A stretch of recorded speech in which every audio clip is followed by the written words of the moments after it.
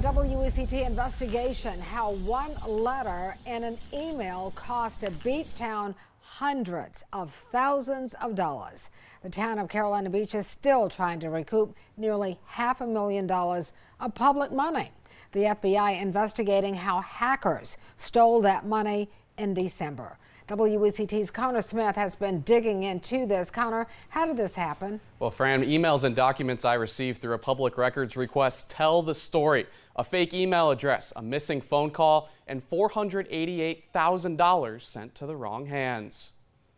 Leaders in Carolina Beach never thought this could happen to their small beach town. It's been a good sort of wake up for the town.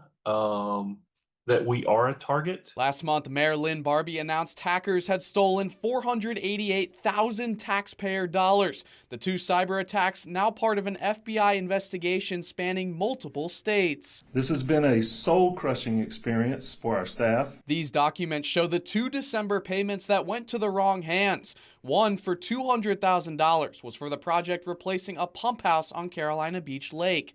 The other for $288,000 was for the project building new bathrooms on the town's boardwalk.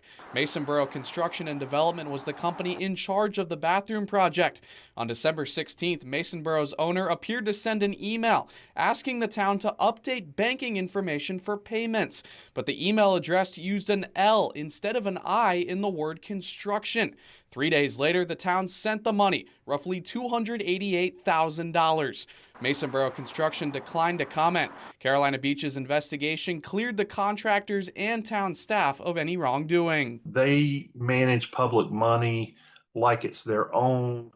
They're very frugal bunch. Carolina Beach Finance Director Debbie Hall confirmed in this email the town never called to verify the banking change.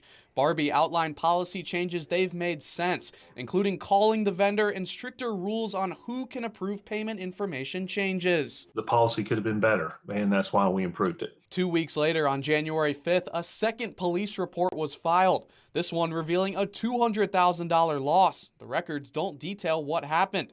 Town manager Bruce Oakley says they didn't find out about that attack until the contractor reached out to them in January, more than 3 weeks after the town sent the money. We as a community can learn from this. Emails show in December, investigators froze bank accounts tied to the hacks, but so far, none of those tax dollars have returned to Carolina Beach.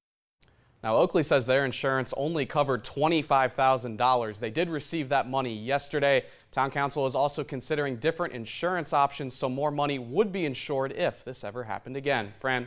Connor, since they haven't gotten much money back, how will this impact Carolina Beach's budget? Yeah, town leaders say their budget is healthy, but they're trying to avoid using reserve funds. Oakley says they're looking at cutting or delaying different projects, purchases, and hirings. Of course, we'll keep you updated on what they decide. All right, thanks so much for that, Connor.